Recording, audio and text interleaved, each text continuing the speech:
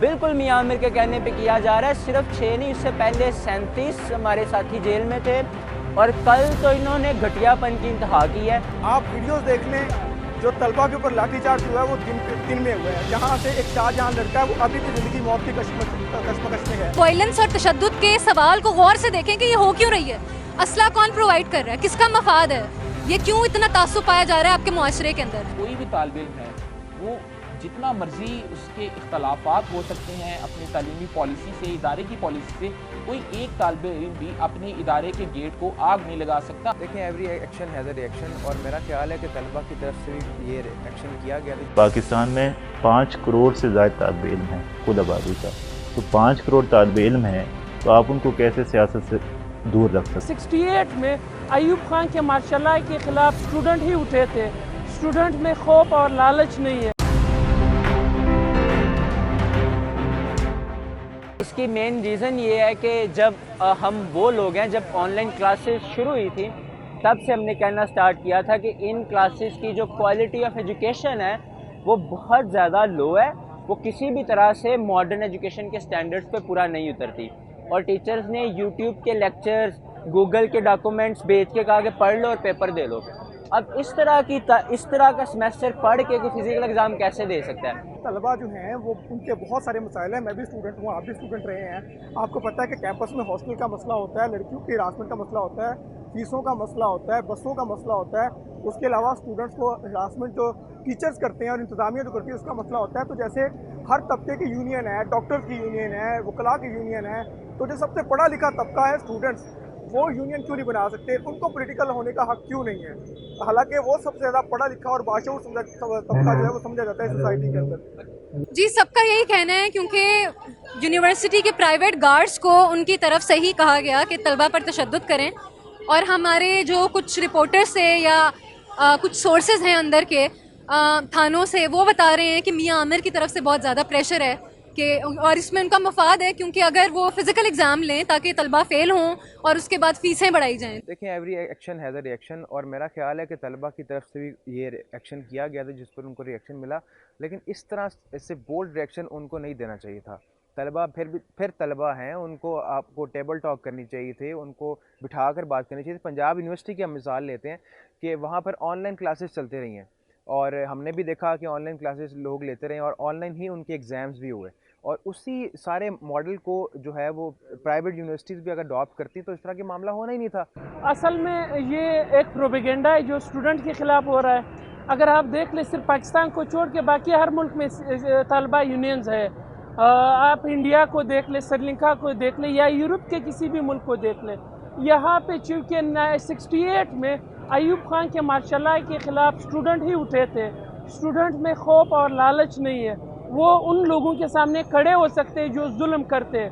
تو اس وجہ سے ہم سمجھتے ہیں کہ وہ ڈرے ہوئے اسی ایک واقعے سے اس کی بنیاد بنا کے یہ کہا جاتا ہے کہ اسٹوڈنٹ تشدد کی طرف جاتے ہیں. اگر ہم دیکھ لیں جب سے اسٹوڈنٹ یونینز پہ بین لگی ہے اس کے بعد یونیورسٹی میں جو واقعات ہوئے آپ وہ دیکھ لیں، اور پھر اسٹوڈنٹ یونینز کے ٹائم کے دیکھ لیں، وہ کافی کم ہے اس کی نسبت.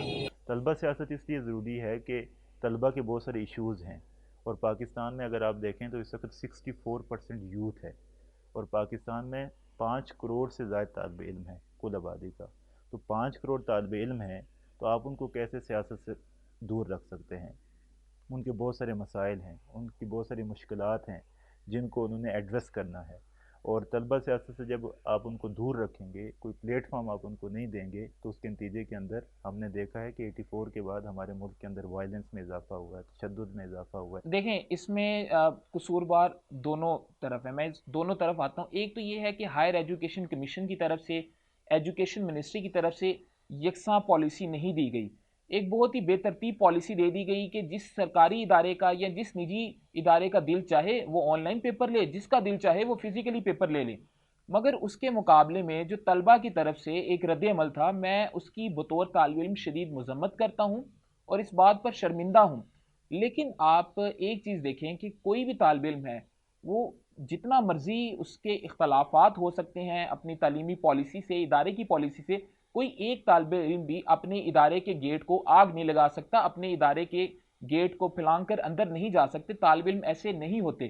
تو آپ جو طالب علم جو آج اس کی بات کر رہے ہیں، جو احتجاج کی آڑ میں جتھوں کی صورت میں حملہ کر کے اپنے کیمپسز کو آگ لگا رہے ہیں، وہ امتحان دینے کے لیے تو آ نہیں سکتے، اور یہاں پر بات کر رہے ہیں جی کرونا کے ایس او پیز ہیں، ان کی دھجیاں اڑ گئی ہیں. دھجیاں تو اس وقت اڑ گئی ہیں جب آپ جتھوں کی صورت میں جا رہے ہیں. بالکل میاں عامر کے کہنے پہ کیا جا رہا ہے. صرف 6 نہیں، اس سے پہلے 37 ہمارے ساتھی جیل میں تھے، اور کل تو انہوں نے گھٹیا پن کی انتہا کی ہے.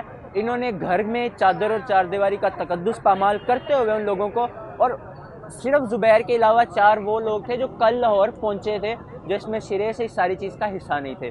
تو میاں عامر اور زبیر کے پاس انٹرم بیل کا حکم نامہ موجود تھا عدالت کا، اور اسے بھی نہیں ماننا انہوں نے. یعنی کہ پولیس بھی میاں عامر کی جیب میں ہے، عدالتیں اس کے مطلب جوتے کی نوک سے ہیں، میڈیا اس کی جیب میں ہے. اس نے یہ ثابت کیا ہے کہ تم لوگوں نے میری انا کو چھیڑا ہے، تو میں تمہیں بتاتا ہوں کہ میں کیا کر سکتا ہوں. آپ ویڈیوز دیکھ لیں، جو طلبہ کے اوپر لاٹھی چارج ہوا ہے وہ دن میں ہوا ہے، جہاں سے ایک شاہ جہاں لڑکا ہے وہ ابھی بھی زندگی موت کی کشمکش میں ہے، اور ہمارے باقی جو 10-15 ساتھیوں کو بھی مارا گیا. تو دن میں جو ویڈیو ہے، جو تشدد ہے، وہ پہلے گارڈز کی طرف سے کیا گیا، پھر جو لیڈرشپ تھی ان سب کو جو کہ مارا گیا تو وہ سر ہاسپٹل میں تھے، پیچھے طلبہ مشتعل ہوئے ہیں. اور آپ کو پتہ ہے یہ رات کا واقعہ ہے، تو پولیس جب گارڈ نے مارا وہ دن کے وقت مارا ہے، تو پہلے انہوں نے ان کو جو ہے وہ ان کے اوپر اٹیک کیا ہے، تو اس کے بعد طلبہ مشتعل ہوئے ہیں، وچ از ناٹ جسٹیفائڈ. ایون ہم یہ نہیں کہتے کہ وہ اچھا ہوا ہے. وائلنس کے ساتھ جو جڑا ہوا کنسیپشن ہے یہ 70 کی دہائی کا ہے. 36 سالوں سے یونینز نہیں ہیں.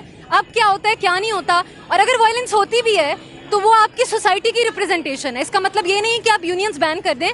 اس کا مطلب یہ ہے کہ وائلنس اور تشدد کے سوال کو غور سے دیکھیں کہ یہ ہو کیوں رہی ہے، اسلحہ کون پرووائڈ کر رہا ہے، کس کا مفاد ہے، یہ کیوں اتنا تعصب پایا جا رہا ہے آپ کے معاشرے کے اندر. خلا میں چیزیں نہیں ہوتی. طلبہ سیاست اس لیے ضروری ہے کہ ہمارے جو حقوق ہیں، ہم پڑھے لکھے لوگ ہیں، اگر ہم ہی سیاست نہیں کریں گے تو کون کریں گے؟ آگے پارلیمنٹ میں ہم سے ہی لوگ جائیں گے. طلبہ سیاست جو موجودہ ایشوز ہیں ان پہ بات کرنا، ملک کے ہر ادارے میں طلبہ جا رہے ہیں، انہیں پتہ ہونا چاہیے. یہ غلط ہے بالکل.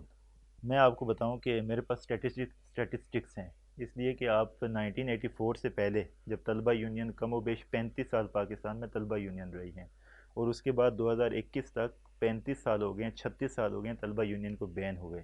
آپ اس سے پہلے کے اسٹیٹسٹکس اٹھا کے دیکھیے، تجزیات اٹھا کے دیکھیے، اعداد و شمار اٹھا کے دیکھیے.